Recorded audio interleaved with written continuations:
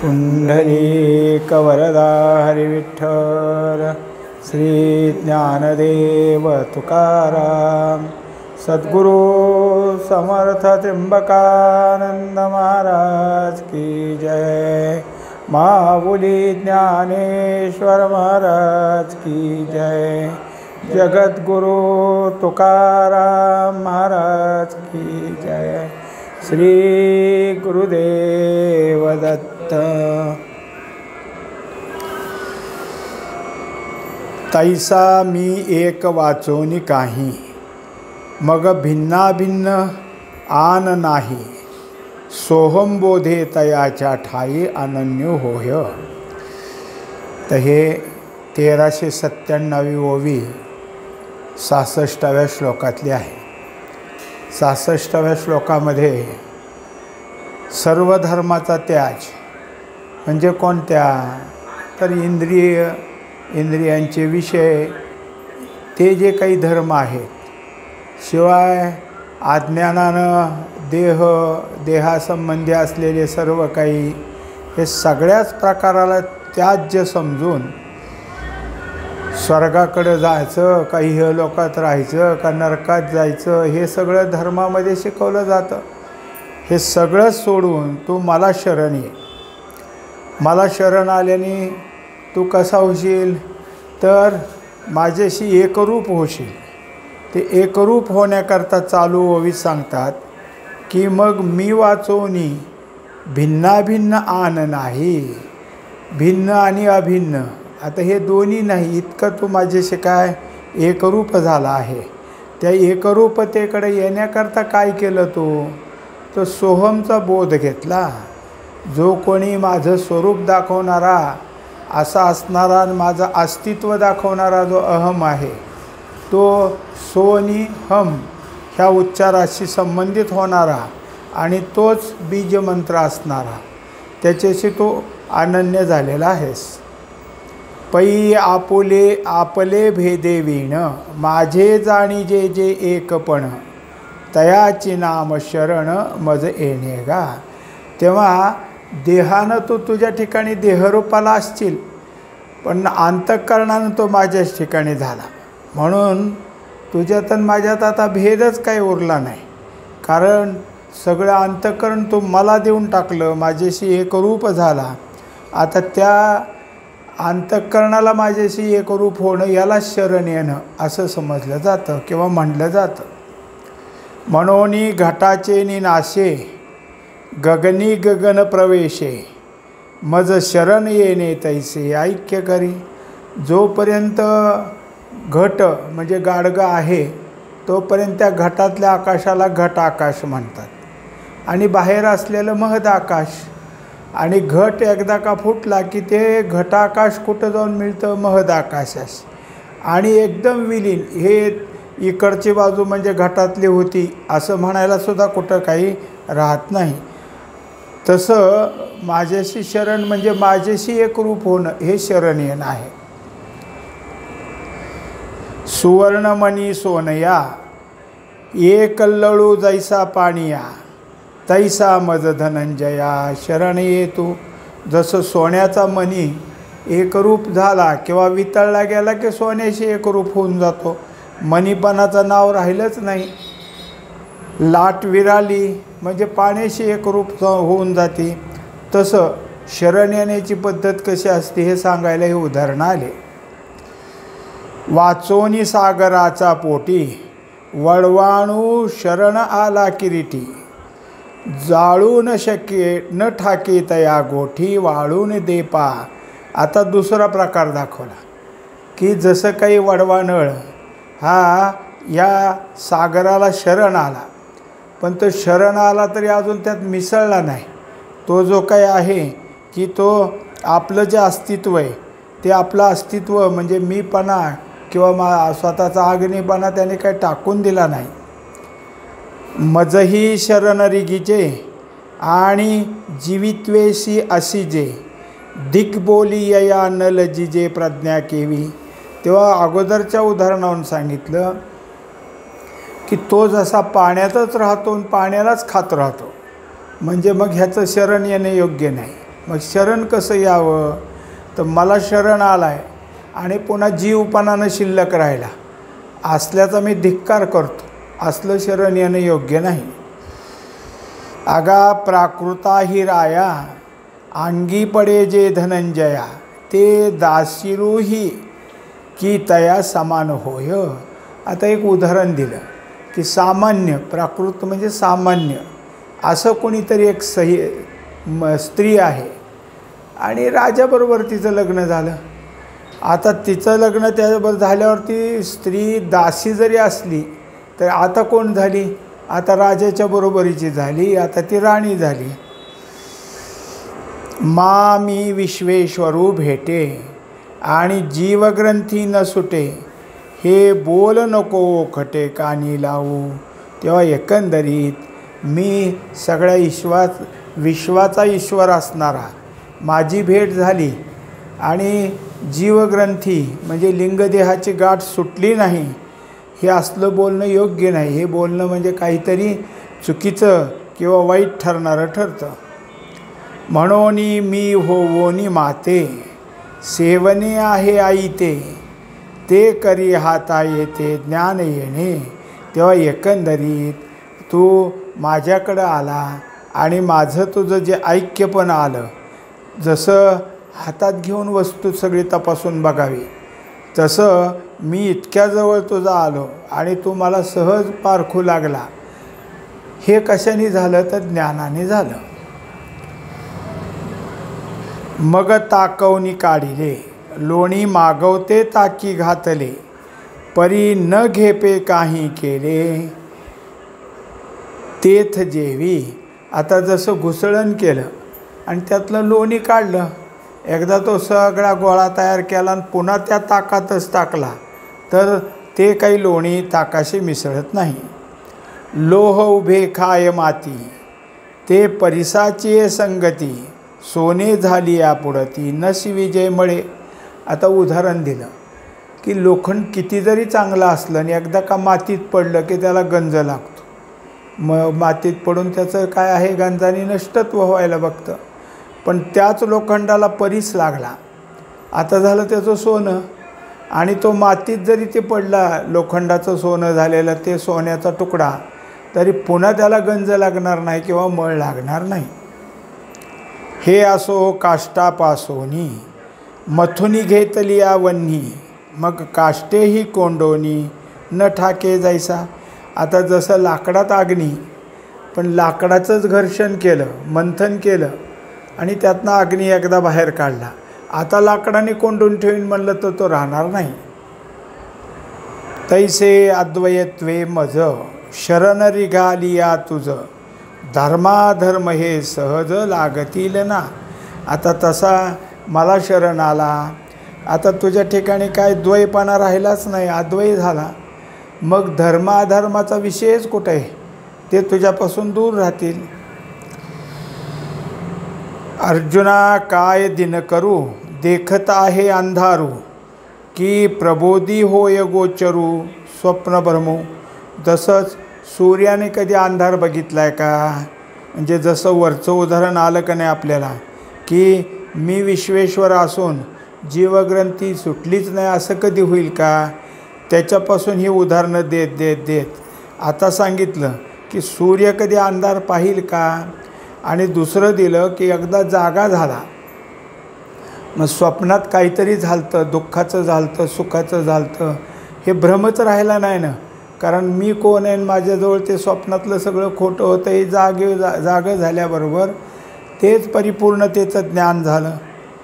तैसे मजसी एकवटले या मी सर्वरूप वाचोनिया आन काही उरावया कारण असे. तेव्हा एकंदरीत माझ्याशी एकरूप झाला म्हणजे मग मी जसा सर्वरूप आहे तसा तू सर्वरूप झाला. मग काय आहे की जसं सांगतात की जेवढी माझी व्याप्ती तेवढी तयाची प्रतीती, म्हणजे जेवढा मी तेवढं त्याचा अनुभव वाढेल. तसा इथे एकदा माझ्याशी हे झाला की सर्वरूप झाला, मग वेगळं काय उरलं? म्हणून तयाचे काही चिंतीना आपुल्या ठाई तुझे पाप पुण्य पाही मीच होईन. तेव्हा आता तू धर्माधर्माची चिंता करू नको. तुझा देह आहे आणि तोपर्यंत तुझ्याकडून काही घडलंच तर त्याचं जे निर्माण होणारं पाप पुण्य ते मी घेईन स्वीकारून. जळी पडली या लवणा सर्वही जळ होय विचक्षणा, तुझं मी अनन्य शरणा होईन तैसा. तेव्हा जसं एकदा मीठ पाण्यात पडलं की सगळं पाणी रूप होऊन जातं, तसं माझ्याशी जे अनन्य शरण येतात ते मजरूप होऊन जातात. ते तर सर्व बंध लक्षणे पापे उरावे दुजेपणे, ते माझा बोधी वायाने होईल जाईल. आता एकंदरीत काय आहे की जे जे अगोदरचं बंध लक्षण होतं त्याच्यापासून दुजेपणा होता, पुन्हा मग पाप काही निर्माण होत होतं, हे सगळं माझा एकदा बोध झाल्यावर कुठे कशाला काय होते, सगळं तुझ्यापासून काय आहे की ते दूर जाईल. आता ते सगळं कसं आहे की एकदा बोध झाला की ह्या सगळ्या गोष्टी मिथ्या ठरतात. येतुलेनी आपैसया सुटलाचे आहासी धनंजया, घेई मज प्रकाशोनिया सोडोनी तू ते. एकंदरीत आता जे सगळं माझ्याशीच प्राप्त झालेलं आहे. जसा दिवा प्रकाशरूप असतो, त्याच्याजवळ जे जाईल त्याला प्रकाशरूपच तो करतो, तसं तो माझ्याकडं आल्यानंतर तू सुद्धा सगळ्या ह्याच्यातून सुटून जाशील. या कारणे पुढती हे आधी न वाहे चित्ती, मज एकाची ये सुमती जाणोनी शरण. तेव्हा एकंदरीत आता दुसरीच काय आहे की कशाची चिंता न वाहता तू तुझ्या बुद्धीसह मला शरण ये. ऐसे सर्व रूप रूपसे सर्व दृष्टी डोळसे सर्व देश निवासे बोलिले श्रीकृष्णे. असा जो काही आहे सर्वांच्या ठिकाणी, म्हणजे जे जे आकाराला आलं आहे ते ह्याच्यामुळंच आलं आहे. ज्याच्या ठिकाणी जे काही पाहायची दृष्टी ती भगवंतामुळंच आहे आणि सगळे स्थिर आहेत, वास्तव्याला आहेत ते ह्याच्यामुळंच आहे, असा असणारा परमात्मा श्रीकृष्ण. मग सावळास कंकणू बाहू पसरोणी दक्षिणू, आलिंगिला स्वशरणो भक्त राजू तो.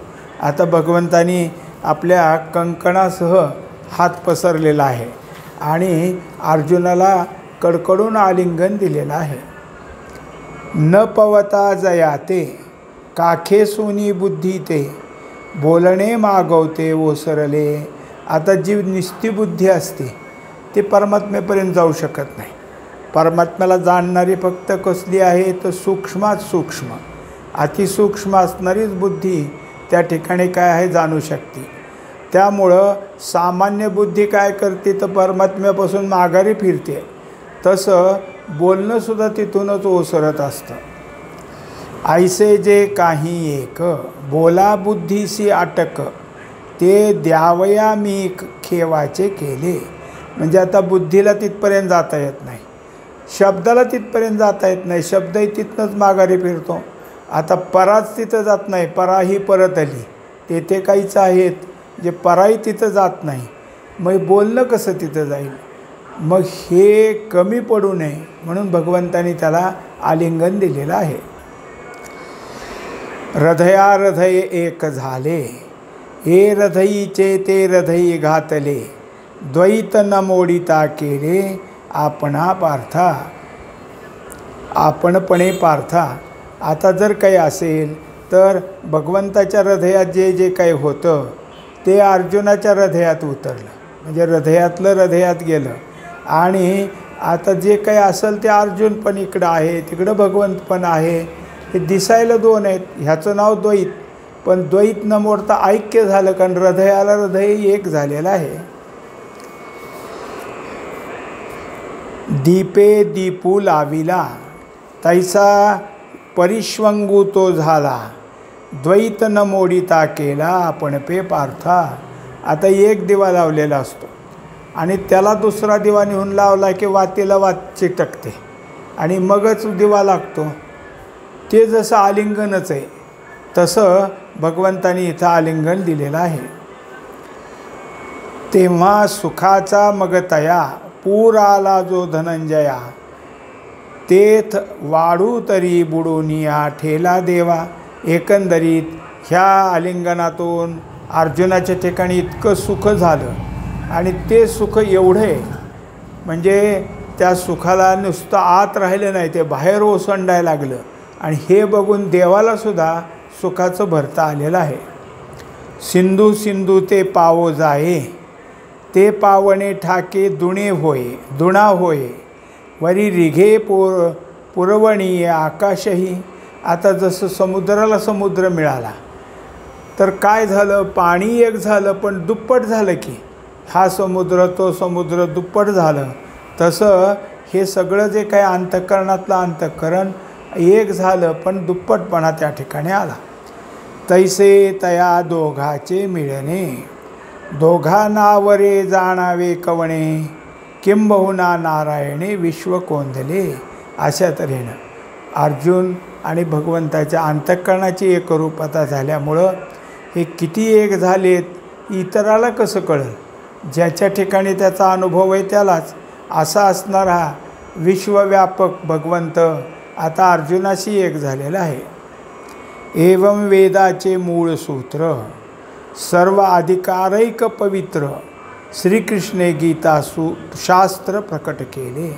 आता जो वेदाचा मूळ सूत्र आहे ज्याच्या मुखातून निश्वासातून का होईना वेद बाहेर पडले होते, असा जो सर्वाधिकाराचा आणि सर्वात जास्त पवित्र असणारा असा जो भगवंत श्रीकृष्ण त्याच्या मुखातून बाहेर पडलेली गीता म्हणजे गीता शास्त्र हे सगळं प्रकट केलेलं आहे. एथ गीता मूळ वेदा ऐसे पाकेवी आले बोधा. हे म्हणाल तरी प्रसिद्धा उपपत्ती सांगो. आता असं वाटतं की अगोदर वेद का अगोदर गीता. म्हणताना तर म्हणायला गेले की वेदाचं मूळ आहे गीता. असं कसं म्हणावं, असं म्हणणं योग्य आहे का. तर म्हणले ते कसं प्रसिद्ध होतं हे तुम्हाला सांगतो. तरी जया निश्वासी जन्म झाले वेदराशी. तो सत्य प्रतिज्ञ पैजेशी बोलिला स्वमुखे. तेव्हा आता भगवंताच्या निश्वासातून वेद बाहेर पडले आणि भगवंताच्या सत्य जागृतीत असताना सत्य बोलण्यातून आणि सत्य प्रतिज्ञेतून गीता बाहेर आली. म्हणजे मग एक स्वप्नासारखी झाली आणि एक जागृतीतलं झालं. म्हणून वेदा मूळभूत गीता म्हणो हे होय उचित. आणि काही एकी येत उपपत्ती असे. म्हणून आम्ही वेद हा असला तरी गीता त्याचं मूळ आहे असं म्हणालो. आता आणखी एक त्याच्याबद्दलचं तुम्हाला कारण सांगतात. जे न नशतू स्वरूपे जयाचा विस्तारू ते जेथ लपे. ते तयाचे म्हणजे बीज जगी. आता एकंदरीत काय असतं की एका बीजापासून विस्तार तयार होतो आणि मग ते बियाणं जे आहे त्या बियाणात दुसरा सगळा विस्तार तयार करायची ताकद असते ना. म्हणून मग एकदा निर्माण झालं त्या विस्तारातून पुन्हा जे बीज तयार होतं त्या बीजालाही पुन्हा विस्तार करता येतो. म्हणून जगाचं बीज आहे हे. आता ज्याचा विस्तार झाला तेच जगाचं बीज असणार आहे. तरी कांडत्रयात्मको शब्दराशी असेखो. गीते माझी असे रुखू बीजी जैसा. एकंदरीत ह्या सगळ्याचं बीज कोण आहे, गीता. आणि त्या गीतेमध्येच 3 प्रकारचं जसं असावेत कांड तसं 3 कांडानं सगळ्या शब्दानं परिपूर्ण झालेली ही गीतारूपी वृक्ष त्याचं बीजसुद्धा गीतेचंच आहे. म्हणून वेदाचे बीज श्री गीता होय हे मज गमे आणि सहज दिसत असे. तेव्हा हे वेदाचं बीज आहे कोण, गीता, असं मला वाटतं आणि हे सहजच आहे. तियेची कर्मादिके तिन्ही कांडे कोण कोणे स्थानी. गीते आहाती ते नयनी दाखवू आता. तेव्हा कर्मादिक असे जे काय असणारे 3 कांड ह्याच्यामध्ये दाखवलेली ती कोणती कोणत्या ठिकाणी ते आता दाखवू. तरी पहिला जो अध्याय तो शास्त्र प्रवृत्ती प्रस्ताव, द्वितीय सांख्य सद्भाव प्रकाशला. पहिल्या अध्यायात शास्त्राचं जे काही आहे मांडणी प्रस्ताव तो मांडला गेला. दुसऱ्या अध्यायात सांख्य योगाप्रमाणे कशा मांडण्या झाल्या ते सांगितलं. मोक्षदानी स्वतंत्र गीता, मोक्षदानी स्वतंत्र ज्ञानप्रधान हे शास्त्र, एतुलाले दुजी सूत्र उभारिले. आणि मोक्ष देण्याकरताच हे ज्ञानप्रधान असणारी गीता आहे हे स्वतंत्रपणानं दुसऱ्या अध्यायात स्पष्ट केलेलं आहे. मग अज्ञाने बांधले या मोक्षपदी बैसावया, साधनारंभो तो तृतीय अध्यायी बोलिला. तेव्हा ह्या अज्ञानानं दूर निघावं. अज्ञान आपल्यातलं जे बसलं आहे त्याच्यातून ते अज्ञान दूर निघालं म्हणजे आपण मोक्षपदाकडे जाऊ. ते कसं करावं हे तिसऱ्या अध्यायात साधनाची सुरुवात सांगितली. हे देहाभिमान बंधे सांडोनी काम्य निषिद्धे, विहितपरी अप्रमादे अनुष्ठावे. आता त्यात काय सांगितलं, देह अभिमान तो नसावा, काम्य आणि निषिद्ध कर्म ह्याचा त्याग करावा आणि विहित कर्म करत असताना कोणत्याही प्रकारची चूक होऊ नये. निराभिमानपणानं ते अनुष्ठान त्याचं करावं. ऐसेनी सद्भावे कर्म करावे, हा तिचा अध्यायो जो देवे, निर्णय केला तो जाणावे कर्मकांड येथं. तेव्हा एकंदरीत परिपूर्ण भावनेनं तिसऱ्या अध्यायात ह्या सगळ्या गोष्टी सांगितल्यात म्हणून ह्याला कर्मकांड 1 ते 3 अध्यायापर्यंतचं कर्मकांड सांगितलेलं आहे. आणि तेच नित्याधिक अज्ञानाचे आवश्यक, आचरता मोचक केवी होय पा. आता हे सगळं करत असताना त्याच्यातून अज्ञान कसं बाजूला निघेल हे संपूर्ण सांगण्याकरता पुढच्या अध्यायात सांगत राहिले. ऐसा अपेक्षा झालिया बद्ध मुमुक्षु ते आलिया, देवे ब्रह्मार्पणत्वे के क्रिया सांगितली. तेव्हा एकंदरीत बद्धाच्या ठिकाणी मला मुमुक्षुत्व प्राप्त व्हावं अशी एकदा भावना झाली की मग जे काही क्रिया करशील ते ब्रह्मार्पण कर असं भगवंतांनी शिकवलं. जे देह वाचा मानसे विहित निपजे जे जैसे, ते एक ईश्वरोद्देशे की जे म्हणितले. तेव्हा देहानं वाचेनं मनानं जे जे काही तुझ्या हातून होत जाईल किंवा जे कर्म येतील किंवा जे मनात येईल ते सगळं ईश्वरालाच अर्पण करायचं, ईश्वराच्या उद्देशानं मी करतो असं समजत जा. हेच ईश्वरी कर्मयोगे भजन कथनाचे स्वांगे, आदरिले शेष भागे चतुर्थेनी. तेव्हा एकंदरीत तिथं यज्ञाचा भाग सांगत, ज्ञानाचा भाग सांगत, कर्मयोगच ईश्वरार्पण कसा करावा हे 4थ्या अध्यायात सांगितलं. ते विश्वरूप 11वा अध्यायो संपेजव आघवा, तव कर्मे ईशू भजावा, हे जे बोलिले. आता एकंदरीत तिथून जे काही 4थ्यापासून 11व्यापर्यंत आपल्या कर्मानं भगवंताचं भजन करावं किंवा समर्पित करावं हे सगळं सांगत राहिले ते 11व्या अध्यायापर्यंत. ते अष्टाध्यायी उघड जाण येथे देवताकांड, शास्त्र सांगत असे आड मोडोनिया. एकंदरीत 4 पासून 11पर्यंत हे जे काही 8 अध्याय आहेत हे काय आहे तर देवताकांड झालं. अगोदरचं कोणतं आलं कर्मकांड. आता एवढ्या अध्यायाचं राहिलेलं हे देवताकांड सांगितलेलं आहे. आणि तेनेच ईश प्रसादे श्रीगुरु संप्रदाय लब्धे, साच ज्ञान उद्बोधे कोवळे जे. आता पुढं काय काय होईल, कर्म ईश्वराला अर्पण केलं की ईश्वर तुम्हाला काय करील, प्रसाद देईल. आणि त्या प्रसादाचा योग काय तर सद्गुरूची तुमची भेट होईल. सद्गुरूच्या भेटीपासून संप्रदायानं दिलेलं जे काही रीत आहे त्या रीतीप्रमाणे तुम्हाला अभ्यास शिकवतील आणि त्यामुळं तुमच्या ठिकाणी अगदी काय आहे कोवळं असं ज्ञान तयार होईल. जसं इवलेसे रोप लाविये रे द्वारी, त्याचा वेलू गेला गगनावेरी. हे जसं आहे तसं कोवळं ज्ञान त्या ठिकाणी निर्माण होईल. अद्वेष्टादि प्रवृत्ती की अथवा अमानित्वादि की वाढविजे म्हणून लेखी 12वा गणू. आता 12व्या अध्यायात शेवटचे जे 8 श्लोक आहेत ते अमृताष्टकच आहे आणि पुढं 13व्या अध्यायात अमानित्व हे ज्ञानाचे जे काही सांगितलेले गुण आहेत ते सुद्धा सगळं ज्ञानाचंच वर्णन आलं. तो 12वा अध्याय आधी आणि 15वा अवधी ज्ञानफळ पाकसिद्धी निरूपणासी. तेव्हा एकंदरीत 12, 13, 14 आणि 15 हे जे अध्याय आहेत याच्यामध्ये ज्ञानफळाची परिपक्वता होईल. अगोदर आपल्याला काय सांगितलं होतं? कोवळं ज्ञान होईल. आता ह्या अध्यायात तुमच्या ठिकाणी असलेलं ज्ञान पक्वतेचं तयार होईल हे याच्यात निरूपण केलं.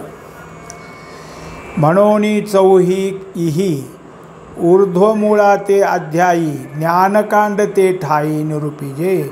एकंदरीत ह्या 4 अध्यायात सगळं जे काय ऊर्ध्वमूळ सांगत आले होते त्या अध्यायाचं सगळं परिपूर्ण झाल्यावर इति गुह्यतमं शास्त्रम हे जे सांगितलं त्यात ज्ञानकांड पूर्ण केलेलं आहे. कर्मकांड सांगितलं, देवताकांड सांगितलं आणि ज्ञानकांड सांगितलेलं आहे. पुंडलिक वरदा हरी विठ्ठल श्री ज्ञानदेव तुकाराम सद्गुरु समर्थ त्र्यंबकानंद महाराज की जय. महाबुली ज्ञानेश्वर महाराज की जय. श्री तुकाराम महाराज की जय. श्री गुरुदेव दत्त.